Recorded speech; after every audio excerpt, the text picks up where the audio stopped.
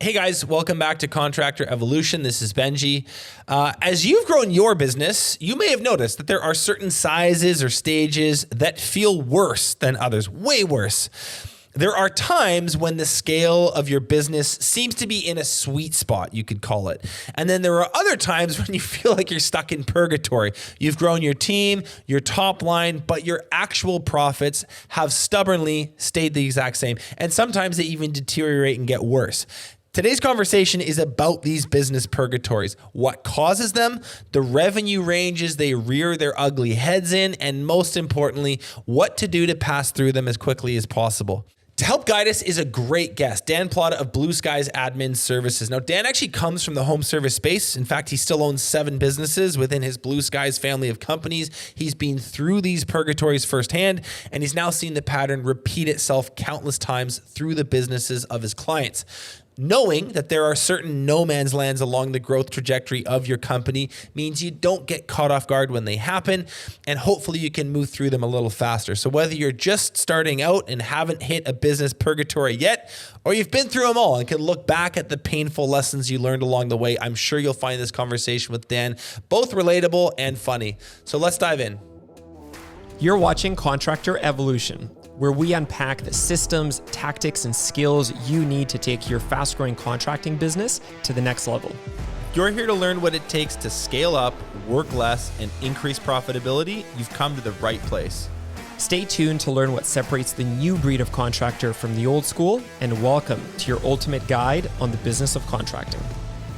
Dan Platta, welcome to Contractor Evolution. How are you, my friend?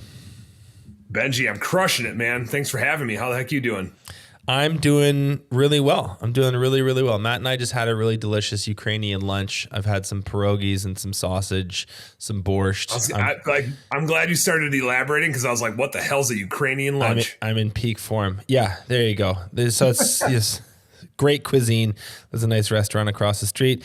But that's not what this podcast is about. What this podcast is going to be about is this idea of purgatories, which I'm really excited to dive into because I think a lot of people have experienced this, and we're going to give some real language and labels and data to kind of provide context and color for, I think, the lived experience of many contractors as they've scaled their business. But let's just do a quick backstory on you. It'd be some of our listeners for whom you're a familiar face and name, but for those that aren't, that don't know you, tell us a bit about Blue Sky, your story up until now, and then along the way, while you're just kind of describing that, if you could share, where and how you first observed this idea of purgatories as well. Yeah, man. Well, I think just to sum me up, I'm an anomaly in and of myself. I'm just a beer drinking redneck from central Wisconsin, but I'm also a finance nerd. And I appreciate that those two things just generally don't go together. So I embrace it. Yeah, you're a unicorn. But yeah, so I'm just a weirdo and I love it. Blue Skies. So Blue Skies started as a project, an experiment of compiling a bunch of home service businesses together. And it didn't work very well. I'm selling a business at the end of this month, and I'm hoping I met with an NFL quarterback this morning that's potentially going to buy a former NFL quarterback that's potentially going to buy one of our other businesses. So we're exiting some of our home service businesses because it was not the best strategy in the world. But as a result of aggregating a bunch of home service companies, we also found these skill sets that we needed to have behind the scenes: recruiting, bookkeeping, marketing, where we could do them digitally and remotely. And I just happen to be a finance nerd. So we built all these bookkeeping capabilities. And like a lot of us started our businesses, by accident, we started doing them for other people at some point in time. I think it was 2018. And it's now our most profitable, best scaling, most fun business that we've ever run. So I'm just that nerd. I'm the bookkeeping finance nerd. And I don't know if you caught it, but it's happy hour here. So I'm having a Busch Light because that's how I do it. So back to the the home service side, you tell us a bit about those businesses. Was it, I believe it was window cleaning and pressure washing and exterior maintenance, that type of stuff. And I believe you had locations all over, didn't you? Yeah. So we had a few different exterior cleaning companies I'm in Minneapolis, but we had businesses in Cincinnati, Ohio, and Portland, Oregon. They're all kind of in the northern tier. And so we were very seasonal dependent, trying to clean the outside of stuff. And I think in 2016, we were like, we ought to clean some stuff on the inside too. So we started buying maid service companies, and we aggregated quite a few of those, and then hit this realization point where we're like, oh, but if our manager leaves, we're kind of screwed. And So we these had a few were managers leave. corporately owned, to be clear. These were not franchises. These were all Not yours. franchises. Yeah. Exactly. Our goal was to not franchise. We wanted to be the anti-franchise, which was a terrible idea. There's a reason why there's a lot of franchises out there. Like, you need the systems and the model. And I think most important, you need the owner. So the businesses that we're keeping of that are all ones where we have a business partner that's the operator. Got it. And so we can be the CFO and be a resource and be some help. But unless we have a great operator who's also a business partner, we out. Yeah. Yeah. So, but Blue Sky has now evolved into basically, you guys do what are the main services that you guys offer? Just remind me again. It's bookkeeping, accounting, some recruiting stuff. What else? That's it. That's like the focus right now. I do mainly for home services. All for home service companies. If you're trading labor and expertise for money, you're our type of folks, right? We can do our stuff for some white collar spaces. Like, it's not the business model of a chiropractor is not all that different from a painter. They're trading labor and expertise for money. The bills they pay are a little bit different, but their business model is generally the same. You got your niche. Yeah. And but we like our blue collar folks. And at what point along the way did you first observe this idea of actually first, I'll let you describe it, because, when we say purgatories, what do we mean by that? And when did you first start noticing this? Yeah. So, and the word purgatory just like struck me as the term for this period in our business where, like, it's not like we're not ready to sell it and shut down necessarily, but we thought it was going to be going well. And yet we're like sitting here treading water and not sure where the hell all of our money's going, but it's not ending up in our bank account anymore like it used to, maybe, or like we thought it would. And so it's just this uncomfortable period of time. And we think there's a reason why we keep pushing, but we don't really see the light at the end of the tunnel. Like, it feels like we're just not in love with our businesses anymore.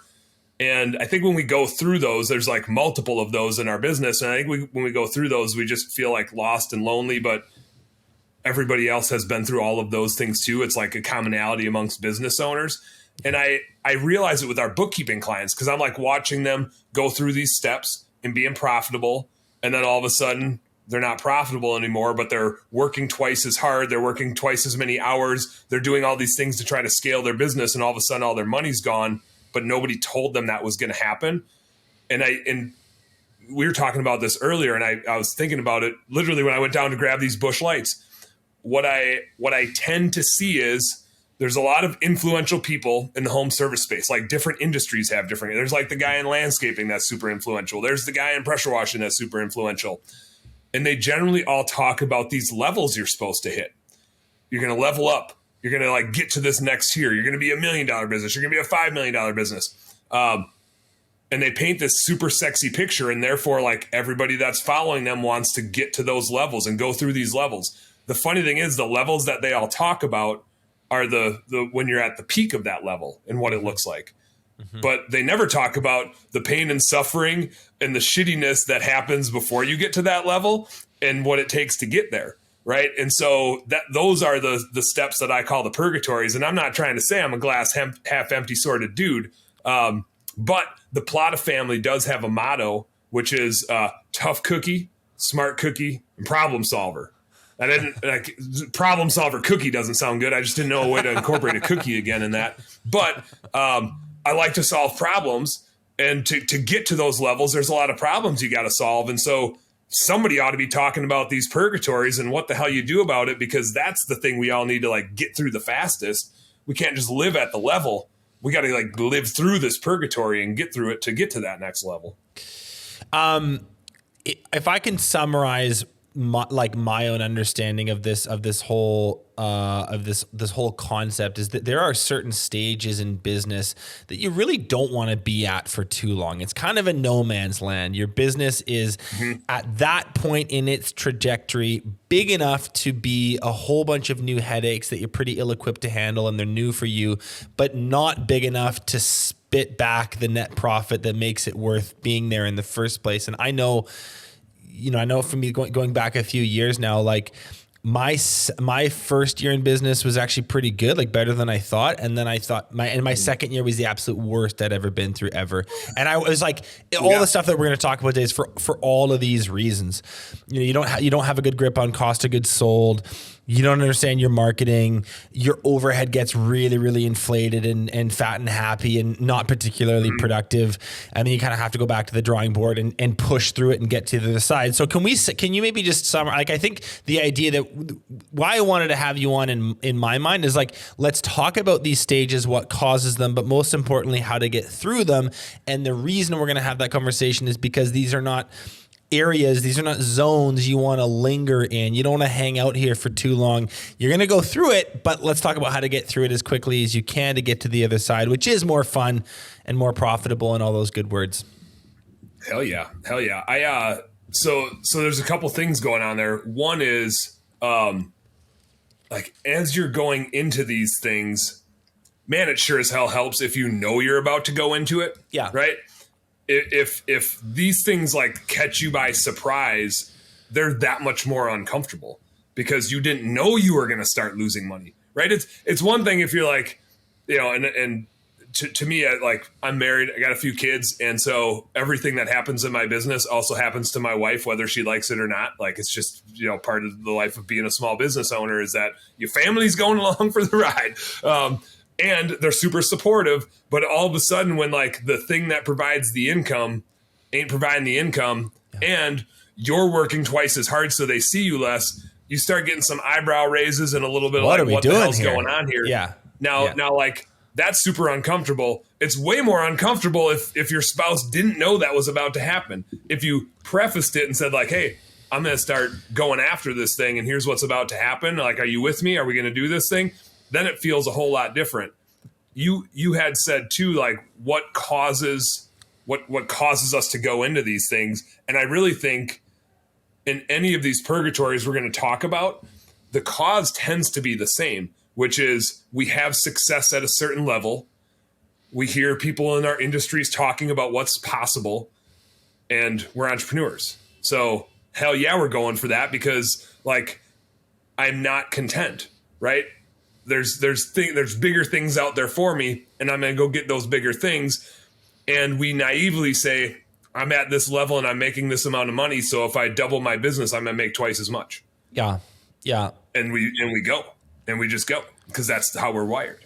So that tends to be the cause to push us into each purgatory. Even after we've been through one, we still get surprised by the next one. It's the whole thing where like humans don't remember the pain and suffering they went through, right? Yeah. Like women wouldn't have a second child if they really remembered how painful it was having their first child. We do a really good job of forgetting about how painful stuff was. Totally. And we'll like sign back up for it again later. Well, so let's dive into a few of these. Let's dive into a few of these stages. The first one, we're gonna do them numbered. So Purgatory Stage 1, and this is from your vantage point on the like home service businesses, particularly ones with a small average job size. This seems to happen around $300,000 a year in revenue for contractors. If you do a like mid or large average job size business, you're a construction company, landscaper, painter, the number is about $1 million a year. Now, I need to preface this. When we give these revenue numbers, somebody's listening is like, no, you got it wrong. It was 1.5 for me, or it was 800,000 for me. These are not perfect, and it's really difficult for me to give you exact data for the many different industries we speak to. So we're trying to do it in broad strokes. Small average job size, about $300K a year. Mid to large average job size, somewhere around $1 million a year in revenue. You're going to hit Purgatory Stage number 1. And I want to know from the data that you have access to, what are the larger what causes this stage? What's at the root of it? Yeah. So, and like you painted, it's a broad spectrum of revenue depending on your business model, but the things happening in the business are the same, whether Pretty you're consistent. a painter or a landscaper Yes. or a general contractor or a maid service. It tends to be that when you first start out, it's you and maybe a helper. And you might use a subcontractor or two here and there, but you're a bunch of the labor. And it tends to be that when we are in that phase of our business, we don't really take a paycheck. We just take distributions. So our wages look free. Right. When we look at our profit and loss statement, we think we're richer than shit. Right. Because we're the number one cost, but we're not reflected in there. And you don't have the overhead. You hardly have to market because your business grows more than you can handle with just word of mouth. Your business is super profitable, or at least it looks super profitable. And you're like, man, if I'm making this much when we do $1 million of revenue, how much am I going to make when we do $3 million of revenue? It's going to be triple, right? It might even be more because we might get economies of scale or something along those lines. And so you start taking this leap. You're going to start hiring more people. You're going to start marketing harder. You might need some admin help. Your spouse is maybe sick of your employee or two or three now, like coming to your house all the time. That's a true story. Digression, story time. I have had employees living in my basement. I think Demi was the last one. Multiple times we've had employees that lived at our house. Purgatory. Seriously. But seriously, didn't even pay me rent. Yeah, it's a very compelling offer for your employer brand. I might rethink. You can live here for free. Yeah. Just work hard. Bad deal for you. That's when you know the labor market's real tight. Yeah, when you're like, hey, I'll house you for a little bit. I know she was going through a hard time. She's going through a hard time. But so you start adding these things. Like I said, you're going to have to add employees. You're maybe getting out of the field, which is always kind of a funny spot because the thing in the field early on is still the job that pays the most amount of money in your company. Like that's the guy that gets the biggest paycheck. But you tend to leave that and you go do the office stuff, which tends to be the lowest paycheck and probably the thing you can replace the easiest. But there's like this value of trying to get out of the field a little bit that like we feel pressure to get off the truck. Yep. So you got that going on. And now you have way more mouths to feed. So you're spending a bunch on marketing because you got to go double your revenue because you just hired twice as many people. And then you have an admin person to try to answer the phone and you rent a space, right? Because you're trying to, carve something out so people aren't stopping at your house. So it's basically a swelling of expense categories that you kind of maybe had a rough idea in your mind that, I'm going to need to spend more on X, Y, Z, but you didn't really understand the scope or the scale or the details or how many different things there were that were going to be now demanding dollars from your business. And that really catches up with you. When you're working with the businesses that you are there practical steps for this that are kind of specific to this Purgatory Stage 1 that owners are at and how they can get through it a little more quickly? Yeah, I think the biggest thing is just making sure the work in the field stays efficient because we take for granted how efficient we are. And again, we weren't taking a paycheck. So we don't even like have a production rate mechanism or metric to know how good we were. We just hire people and then complain that they're not very good because of course they're not going to be as good as we were. Like this is our livelihood, right? So I think just making sure you have a system to dial in your cost of goods sold from how you buy the materials to how you pay the labor so that when you go out to do this job, you always make X percent of it. If that percent moves around, it's really hard to scale a business when you don't know how much money you're going to make when you go out to do a job. So like super, super important. Step number one is just getting that cost of goods sold dialed in. One little like pro tip that I have found with people that get through this purgatory the fastest. I haven't done this one myself because I've made this mistake over and over again the hard way and never learned this lesson. But then I started seeing other people do it this way. And I was like, that's the way to do it. Rather than them hiring more technician help, and them going to the office, they'll hire admin help first and they'll stay in the field. And it works well for two reasons. One is it's easier to find a good qualified admin person that's reliable than it is to find a good qualified technician that's reliable and can do stuff as good as you can. So it's an easier person to find in the labor market today. They generally cost less. What you pay the technician is more than what you'd pay this office person. And if you hire a technician, they need 40 hours a week right now, right? This is their full-time job. This is their thing. This is what they need to do. This is their livelihood. So it's like 0 to 40. You can hire a part-time office person for 10 hours a week or 20 hours a week or 30 hours a week. And oftentimes you can hire them for 10 hours a week and they'll scale up to 40. Those are really good points, eh? Scalable. That's a really, so it's a little counterintuitive. Most people at that stage would be like, I need help. And their mind would just go, well, let's get me a helper or let's build a crew so that I can get through more capacity, which is not necessarily wrong. But you're saying you've seen some businesses be really successful in bringing on part-time office or admin help because it's cheaper, it's more widely available, and you can ramp them up more slowly because they can often begin part-time and then increase from there. Yep. Yeah, all those reasons. So I like that one. What else? Which goes to the next point, which is just like, don't rush to get off the truck. Don't abandon the thing that makes you the most amount of money, because part of running a business is still that it's your livelihood and it has to be profitable. It has to put money in your pocket.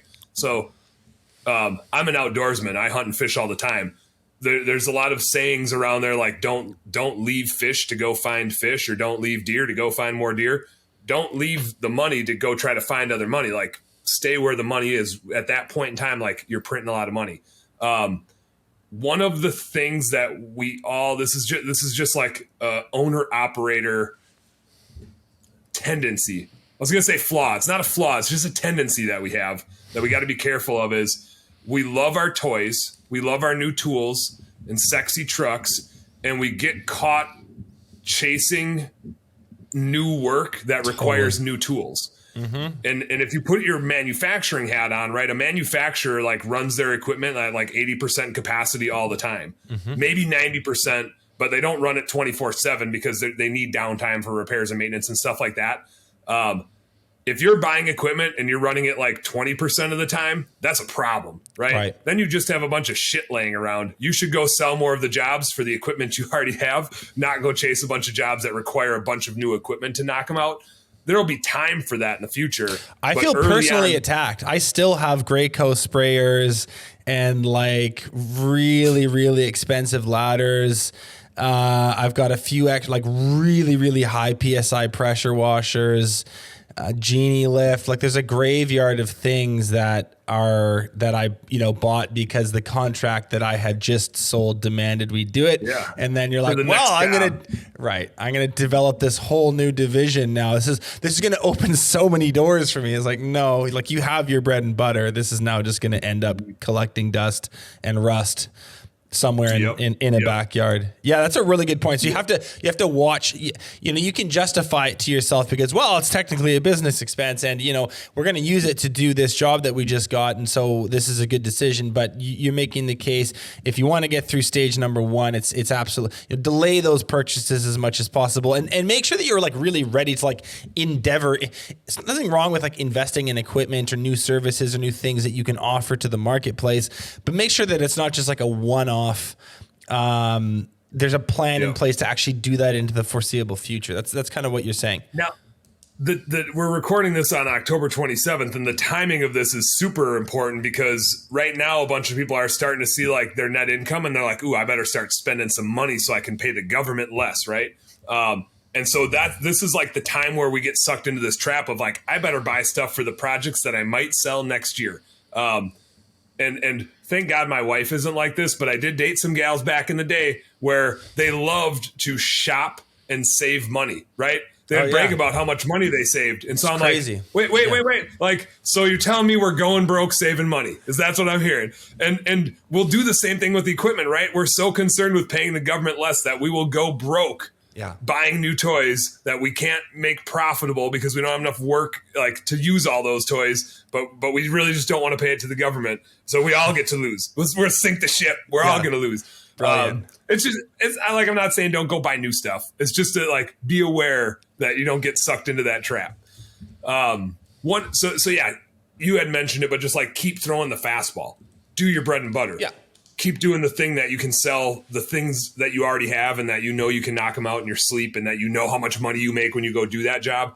Focus on those. At this stage, don't try to be the jack of all trades. There's a time where it makes sense to add new services. This ain't it. The last little point I would make, I see people like double down on infrastructure, tons of software, a big facility, because they're told like, if you build it, they will come and you'll fill it up. Yeah. Yeah, that's true, because you just like totally handcuffed yourself and now you don't have a choice. So maybe if that's the kind of operator you are, where you like need to put yourself in a shitty spot and you're back against the wall to fight your way out of it, then like go for it. But always keep in mind, your customers don't give a shit about how big and nice your shop is. Not at all. Your employees do, but you won't get paid for it. Yeah. The only way you get paid for it is an employee retention. So it's a thing to think about. But the longer you can delay that infrastructure and keep your spouse okay with employees stopping by your house, the better, because that just means you're stockpiling the cash to go make necessary investments that are going to have a faster return than a huge shop.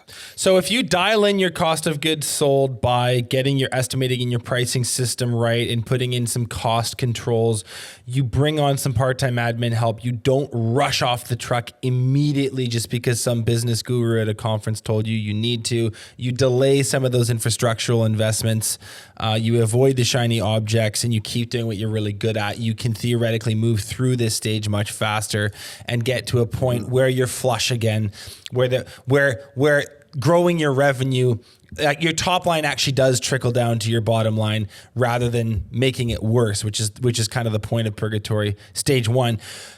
Purgatory Stage 2. Go ahead. One thing I want to hit on there is what I see, and I've seen this with some of our bookkeeping clients where they hadn't seen me give this presentation or heard me talk about this thing, is I have seen people go from making, hundreds of thousands of dollars a year to zero within months, right? Because they started making those investments and they got carried away because their eyes are bigger than their stomach, and they forgot that like they still also need to make money now because their family's dependent on it. Now, I'm not saying, like, I also have some bookkeeping clients that I think they knew that was going to happen, and they've lost hundreds of thousands of dollars intentionally, and they're like, I'm just going to spend my way through the first 3 of these purgatories.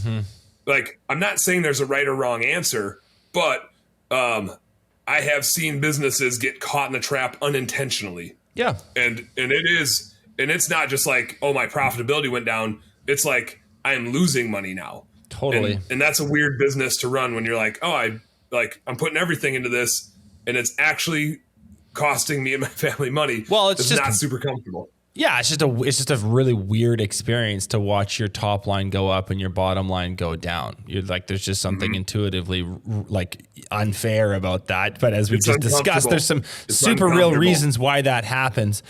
Purgatory Stage 2, you would say for small average job size businesses is somewhere around the $600,000 a year mark.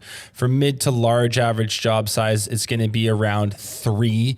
I think a lot of the painters say for them it's around 2.5. For construction, it's more like 3.5. Again, there's some variance, but let's say in broad strokes around $3 million a year. Is there anything as far as root causes, what creates Purgatory Stage 2? Is there anything different from Stage 1, or is it just kind of the same idea? Your expenses swell in a way that you weren't expecting. They tend to swell because now your team members start spending your money. And the processes, when you were going through kind of Purgatory 1, you still had your hands on everything. Every dollar in the business that got spent, you kind of was a decision you made. What's that? Was a decision you made. Every dollar in the business got spent was a shot that you called. Whereas now some of that decision making is being made by other people. Yep. Yeah, you start to have managers, right? Because you get, a few technicians on a team and you can't oversee them, and the office person and maybe the salesperson now. And you also have a high performer that's doing well at the task. And so you want to keep them and retain them so they don't leave. And so you're like, wow, I should make you a manager because you must need to be promoted now because that's how the world works. And so it tends to be that in this stage we're putting in place maybe a manager, or we're hiring an office manager to run the whole show in the office. and maybe there's like an assistant that reports to them or something. And so other people start spending our money, and other people are doing the training. We can't train everybody anymore.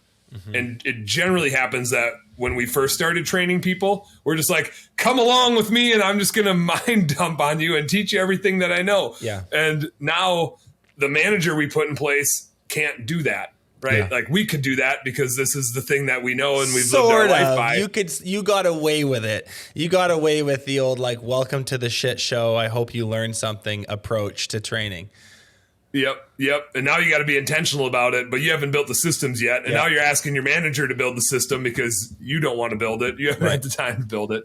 So I think it's a little bit of that. It's new people and new roles, which is great, like new opportunities for them, but they're going to screw stuff up just like you have.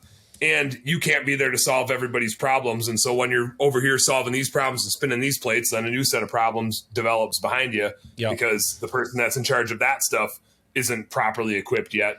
And like, you'll get through it, but it starts to become a people problem because there's too many problems in the business and you haven't leveled your people up enough to solve those problems for you, which just means they're all your problems at the end of the day. And there's not enough of you to go around anymore. Yeah, that makes sense. I mean, if you look at those revenue ranges, and just going off of my own experience working with our members, like that is right. Around that stage, you are now going to have, you might have estimators and salespeople, probably only a couple, not a super developed team, but a couple. You'll have like, crew members, crew leaders, maybe foremen, project managers. Your org chart is beginning to become hierarchical rather than this sort of like single-celled amoeba, which it used to be. And at that stage, you're likely, not that great at keeping that structure rigid and efficient in production. And so for those reasons, things get really expensive and you enter Purgatory Stage 2. With the members that get through it quickly, what are they doing? So I want to hit on just a couple things that I see that'll inform us of what to do to get through it. But a couple of the other things that like increase that cost there is they're like doubling down on some marketing, and they hit diminishing returns on their marketing because they maxed out the thing that really worked well, or they think they did, but they keep putting money into like what they know, but there's nothing left there type of thing. Yep. And like now they're really adding that infrastructure because now their spouse convinced them to get a shop. So now you pretty much always have a shop at this range, and that's heavy, right? And you got 2 people in the office, and that's heavy. So they're like, you have now made those infrastructure investments, and they haven't started paying off yet because, to what you mentioned, it's just like clunky right here. We haven't built this type of thing before. We haven't solved these problems. So now to get through it, I still go back to, and this is like a double check yourself here, but you really got to have your cogs dialed in at this point. If you're hitting level 2 and your production manager or your operations manager doesn't know how you run that cog system of making sure the labor is efficient and dialed in, of knowing how to buy the supplies and where they go, and making sure that there's no waste or, like efficient routing. If you're, it's doing not a bunch just of jobs in a day. You're not just double checking for the sake of double checking. That I think what has actually happened is the makeup of your cost of goods sold has actually changed. You might have a QC person that's now doing inspections to make everything is the way you need it to be. You might have a project manager that spends part of their time on site, but part of the time in the office. And so they're kind of like this blended overhead role. Like what it costs you to build the things you build will actually have changed between 1 and 2. And so that it's not just a double check. It's actually like a re-examination to, I think in most cases, you're probably bolstering your pricing a little bit to make up for that. But that's mostly what it's about in Stage 2. It's not just a double check. Yep. Yeah, you're right. It's just like, it's just got to be dialed in. There's no, if it's not, stop everything and dial it in. I think it's hard to move forward if that's not secure. The other thing that I see that happens here is you've kind of maximized your network for the different jobs you have. Like when you first start out, your first couple hires are usually people that you already knew, or somebody that knew somebody that needed to, come work for you. All of a sudden you got to get really good at recruiting and hiring and onboarding and training. and leadership because you need to keep them. And so early on, we have this obsession about marketing, and there's a tipping point here where and it's like, yeah, I'm going to go find the clients and then I'll go find the employees. And there's like a tipping point in here where it's like, oh shit, I need to go find the employees first. That's the hard thing to find. So you get really obsessive about recruiting here. Because if you're going to keep growing, you need to go find good people. But now you've got 5, 6, 7 people on your team, and somebody's going to leave. They got a better offer somewhere. They got now you're going to need to replace them because they aren't your brother-in-law. Yeah. Right. Like, there's they're normal just churn Joe that who you're you dealing hired. with. Yeah, right. Exactly. And they're going to leave, and you're going to need to replace them. So you have to get really good about the recruiting, hiring, training, that sort of thing. I also find that because part of the cost problem here tends to be your marketing, like you've exhausted some of the marketing stuff that you can use. It pays to really get good at dialing in your acquisition cost tracking. Where are the leads coming from? How much do you pay per lead? What's the conversion rate on that type of lead? What's your client acquisition cost overall? And then not even by like source, but just overall, how much should you be paying for a new client after you convert them? Focusing on that acquisition cost, and you can probably do the same on the recruiting side, but really dialing that in so that when you throw your next marketing bullet, you're throwing it in the right place. Right. Early on, we're just kind of using our gut. Yeah, or like it's not even necessarily you're using your gut. It's like there isn't that much to track. Like 98% of your business is word of mouth referrals and previous clients. It's not like you're spend like cashing checks on a whole bunch of ad spend or trying all these different tactics, and you need to have this careful analysis of what's creating an ROI. Your leads, they're not free, but they're as close to free as they ever get for you at those early stages. Whereas in Purgatory Stage 2, you actually are like, it might be 1%, it might be 2%, it might be 6% of your overall revenue, depending on your understanding your market that you're spending on marketing.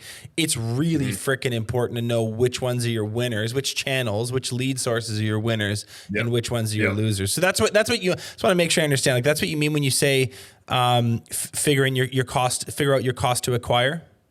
Yep. Exactly. Okay. Just so you know, when you're throwing those bullets out there, that they're hitting home, that you're putting them in the right spot. It gets to be real money in Purgatory too. Couple more things. That office manager role, like that little part-time admin that you first hired, that morphs into a Frankenstein of like, it better be an office manager. Right. It's got to be somebody. It has to be somebody that can like basically run your business. They're the traffic controller. Every customer goes through them. Every employee touches them. They're like the quarterback of your team, and you're the coach. That office manager role just gets so critical. They touch everything, and they're very influential. If they're having a bad day, your customers are going to know about it. Your employees are going to know about it, right? Like your team sees them more than they see you.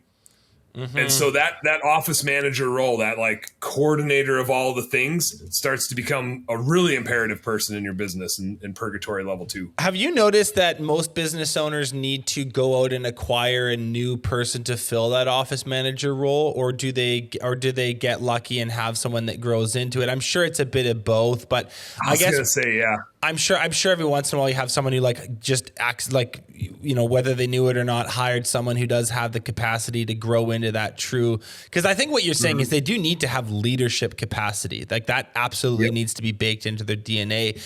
Office manager, that term needs a bit of a rethink, especially in this industry, because it's not really it's not an office manager. It's almost like an offensive coordinator, to use a football term. Like they're doing a lot.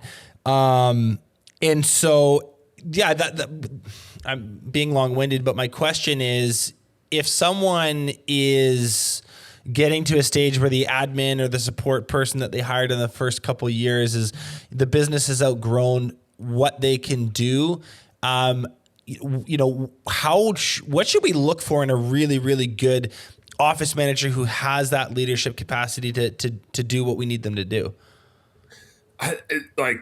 More than anything with this role, it's culture and core values. Like, are they a good cultural fit, and do they hit the core values on the head? The role itself, like the execution of the things that they need to do, are not rocket science. It's more about reliability and behaviors.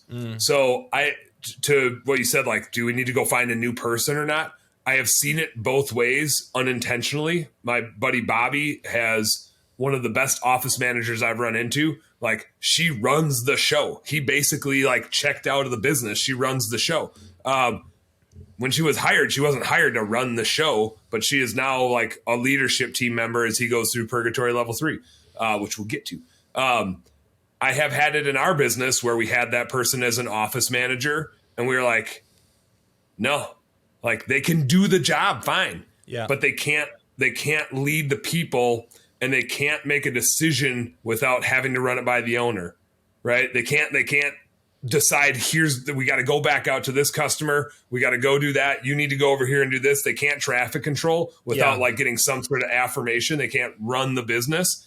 And so in that case, I would say if you can't leave for 3 days and they handle everything while you're gone, then you should probably go find a new person that wants that level of stress and decision-making. Yeah. Because sometimes in that role, they don't want that level of stress and decision-making, right? They just want to be told what to do and go execute. And that's totally fine too.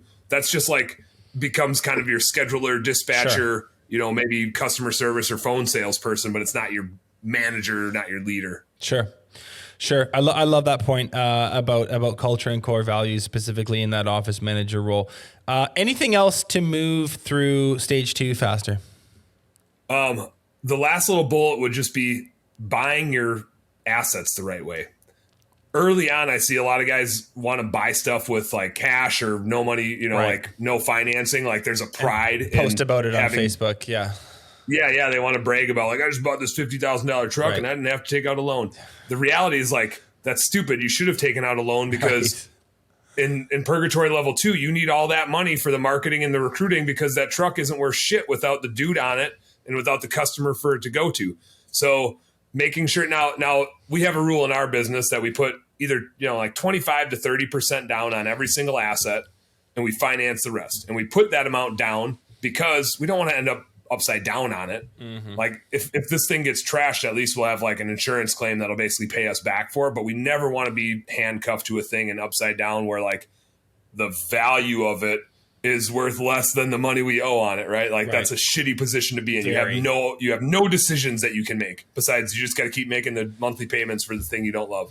If you finance it right, you never get in that position, and you have plenty of cash left over to go grow your business with. And for you guys, that's 30% down and finance the rest most of the time.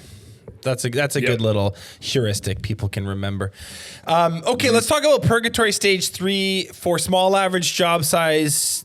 Dan and I figure it's about you say it's about $900K a year. Yeah, it tends to be when you're bumping up. Like, I see a lot of times where people want to get to $1 million in like the window cleaning and pressure washing space that I'm really exposed to. Everybody wants to get to $1 million. It's a nice round number. And then they get around there and they're like, this sucks. Yeah. This sucks. Yeah. Like, why does everybody want to get here? Yeah. And then for contractors, mid to large average job size, it would be somewhere around 5 million. Again, not a perfect science, but that's our guess. What are the root causes here?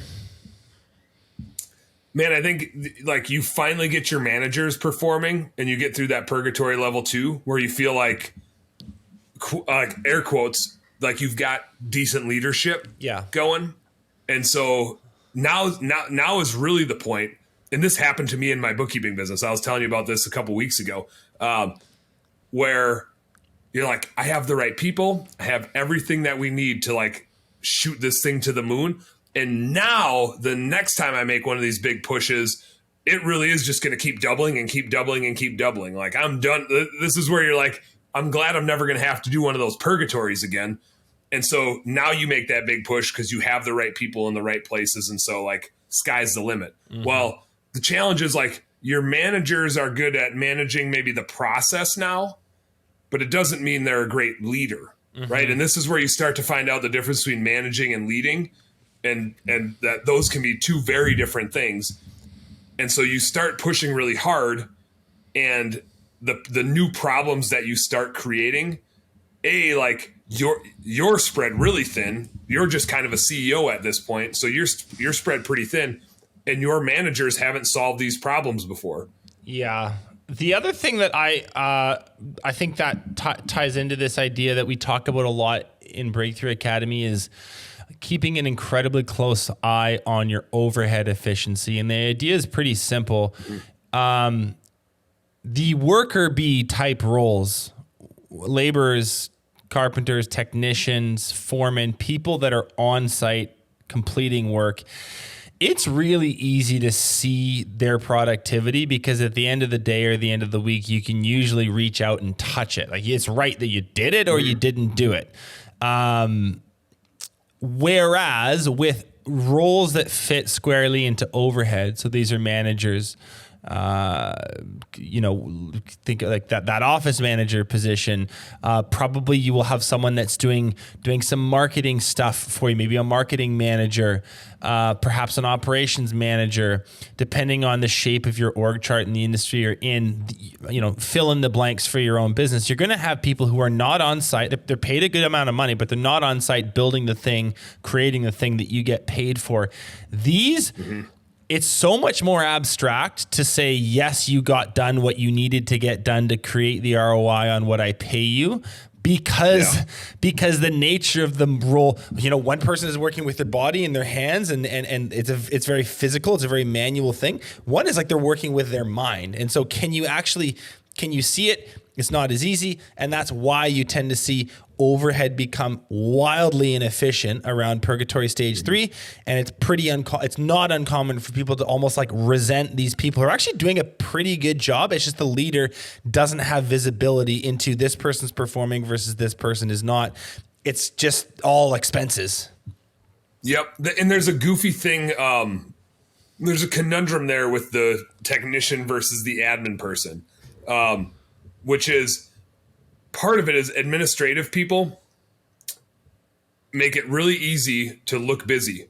They look busy. They talk busy. When you ask them how their day is going, they always tell you about how busy they are. Like they're always working. It's just really freaking hard to tell if they're working on shit that grows your revenue or not. Because they tend to get sucked into just like doing work for the sake of doing work. At least the guy out in the field, like he knows the work that he's doing to like get to the completion. But the person that answers the phone, it's like if that was a 20-minute phone call, I mean, should it have been a 5-minute phone call or did it need to be a 20-minute phone call? Or they send an email and it was 4 paragraphs long. Well, like, should it have just been 4 sentences long and they just wasted a bunch of time typing a 4-paragraph email? So like you said, the efficiency is goofy.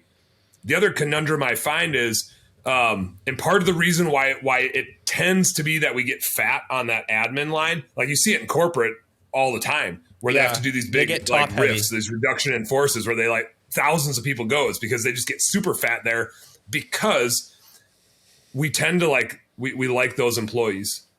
They're easier for us to manage as an owner. They like call in sick less. Even if they are sick, they can still do their job from home.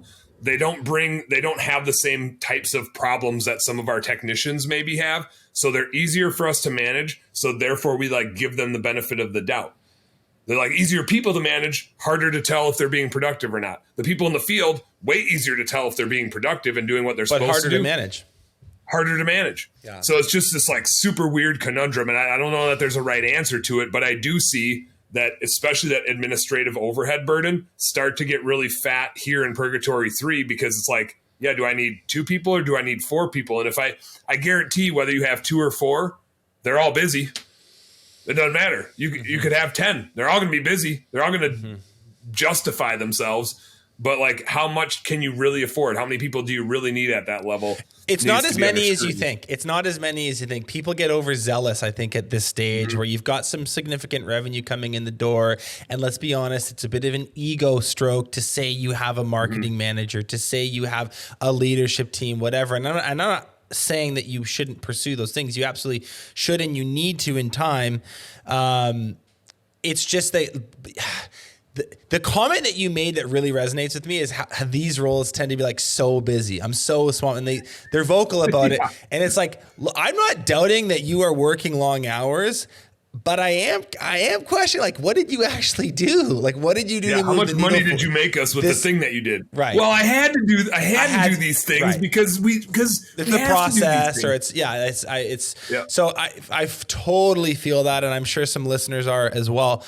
What are the what are the sort of the ways to expedite what's the fastest path to cut through this?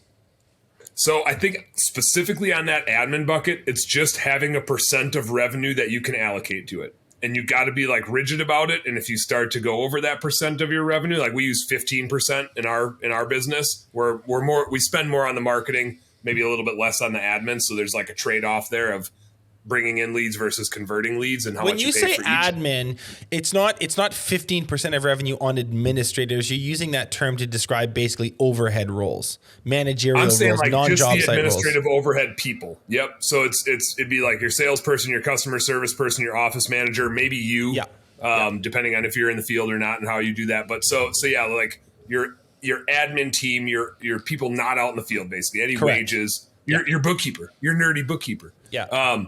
So I think just making sure you have a target spend on that. And if it starts to go over that, you start making hard decisions. Because otherwise, like you like these people, you're going to have a hard time making hard decisions about getting them off the bus or moving them to a different seat on the bus. Yeah. So it needs to be non-emotional. It needs to be like a monetary, like either somebody needs to go, or instead of being at 3 million, we got to get to 4.5 to be able to afford this group of people we have right now. So this group of people we have right now better start growing this revenue to get to 4.5. Yeah. Okay, cool. And what else? I think how you acquire clients starts to change here. One is that you've probably exhausted a ton of your marketing efforts at this point, like the low-hanging fruit. So have a little bit of a marketing R&D budget. Don't be afraid to set aside $50,000 a year to like try some radio, try some TV, try some billboard, like whatever it is, depending on your industry, different things work, but you're going to exhaust the simple like paper and digital stuff that you can do.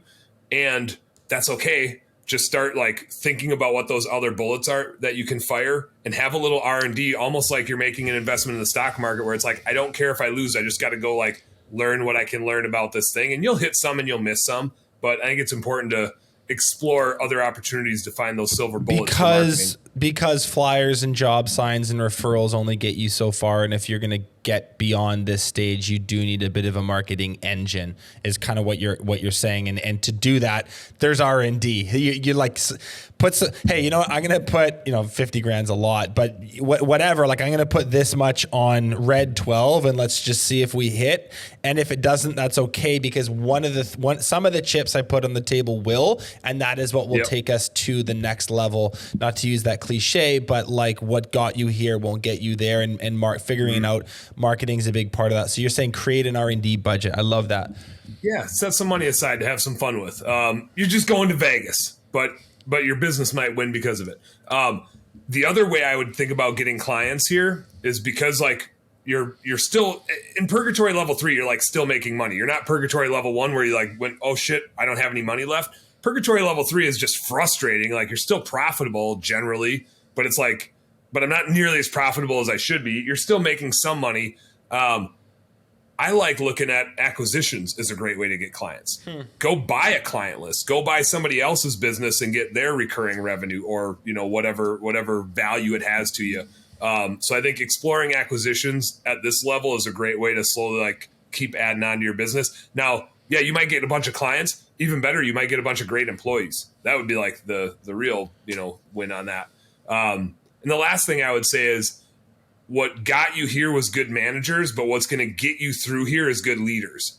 And so investing in like the right people in the right seats and building out that leadership team, partially because they deserve it. Like you need to invest in your people and you need to give them the skill set to be good leaders, but also you need it because you're probably looking at other companies to invest in at this point, and you're in different places at different times. You can't be there for everybody at all the time. Your leadership team needs to be able to run the business for weeks with you gone. And they can't do that if they're just managers, because they're going to need you too much. So really like developing a leadership team, empowering people. And I use this as an adjective, and somebody in a CEO roundtable group had used this, and I was like, that's just so perfect. She said like, I just need to keep CEOing. CEOing is what she said. And I was like, oh yeah, so like you're doing the CEO. You're doing that job. Like, not I am the CEO. I'm busy CEOing because I'm doing the right stuff and letting my team run the business. The CEO doesn't run the business. The CEO is setting the vision and making sure everybody has what they need to run the business. So all that stuff laid out there really beautifully between stages 1, 2, and 3. We talked about root causes, and then we talked about some shortcuts to get through these painful chapters faster. Any closing thoughts around why this conversation matters, or just like general advice to business owners who are at or approaching one of these stages in their journey? My advice is very self-serving, which is have a good bookkeeper that's like a finance person that can help you with this stuff, because chances are you didn't start your business to keep track of a bunch of shit. You probably started it because you were good at the thing or you like to do the thing, and you're maybe not a good accountant. So make sure you have a good bookkeeper. I'll raise my hand if you need one. Get somebody on your team that can help organize your finances, because all of these decisions just come back to knowing your numbers. Yeah. You can't make decisions if you don't know your numbers really well. So that would be like the first thing. Make sure you have good data so you can go make good decisions. The other thing I'd say is know when you're going into these purgatories, and this is some coaching advice I got back in my corporate days. If you can't tell, I run a little hot. I'm always on fire. I'm just going full speed. In my corporate days, I got some leadership coaching. I was in this program, and one of the things that kind of came out of my coaching was to do a better job of talking about my emotions instead of just expressing them. And I'll relate how this fits in, which has come in really handy in my marriage. Instead of me just being raging pissed off when I have a bad day, instead of just being raging pissed off, to tell my spouse that, hey, Marty, I'm having a rough day. Here's some of the shit that happened to me. And so if I'm a little on edge, this is what's going on. That feels a whole lot different than, what the hell is the dishwasher doing that's not unloaded right now? Right? It's the same thing that's causing it, but one is me explaining what I'm feeling and the other is me expressing what I'm feeling. So wise. And they're two totally different feelings. And so I think as we go through these purgatories, don't just express your feelings about it, talk about what's going on in it. Because you need to be coping with these things and why you're working so hard and why your profitability is down. Because it takes a lot of work. It's not just do a bunch of things. All these things take a lot of work. Talk about it with your team. Talk about it with your spouse. Talk about it with whoever your support network is. Don't just express to them your frustrations. Yeah, and realize, if I can just tack one thing onto that, realize that this is a natural and normal and very predictable part of the journey. You're not going crazy. You're not a bad business owner. You haven't made a huge irreversible mistake. The ship isn't sinking. This is just kind of part of the trajectory. It's not unlike, if you look at any graph of macroeconomics over the last 100 years, they move in the same way. It's goes like this, and then it sucks for a little bit, and then it goes back up, and then it sucks for a little bit. It's crazy how you see these patterns everywhere, and the growth of a small business it reflects that too. Where can let's leave it at that for today, Dan. This is just such a great conversation. If people want to pick up this thread or ask you more questions about maybe some intricacies about these purgatories, where can people connect with you? Where would you send them? First, I'd say go check us out on the old Facebook and the YouTube, Bookkeeping, Beer, and BS. I think we got an Instagram and a TikTok and all the different stuff. But if you want to interact directly with me, go check us out on Facebook and join the Bookkeeping, Beer, and BS group. Always just trying to drop useful content for business owners. Very, very light on the bookkeeping, probably heavier on the beer and the BS, because that's just me. And I do 2 shows a week. We do one specific for the landscaping lawn care industry on Turfs Up Radio. And then I do another I call the Late Night Happy Hour show, where I'm just talking to business owners about, what's going on in their business and the world. So go check out Bookkeeping, Beer, and BS. If you want to check out our services, the recruiting and the bookkeeping that we mentioned, again, all for home service businesses. Our website is yourblueskies.com. Skies spelled SKIES. Go check that out. You can book a demo with me right on that. So if you want to just pick my brain or check out what we do on the bookkeeping side, which is awesome, by the way, just go right onto our website and book a demo. And that's it. I'm just here to help business owners not be scared of their numbers. And that's why I like to drink beer when I talk to people about it, because helps them chill and realize that we can have a good time while we help make money for people too. I love it, man. I would just piggyback on that by saying we really we love Dan. We love Blue Sky. Like these guys are very legit. If you are maybe not happy with your current bookkeeping situation or you need help in other areas, they have our endorsement. Thank you so much for doing this, man. I really appreciate it. I hope I get to see you in person again sometime soon. Hell yeah. Thanks, Benji. Thanks for having me on. Thanks so much for watching this episode of Contractor Evolution. If you've already subscribed to our channel, consider sharing this episode with another contractor who you think needs to hear it.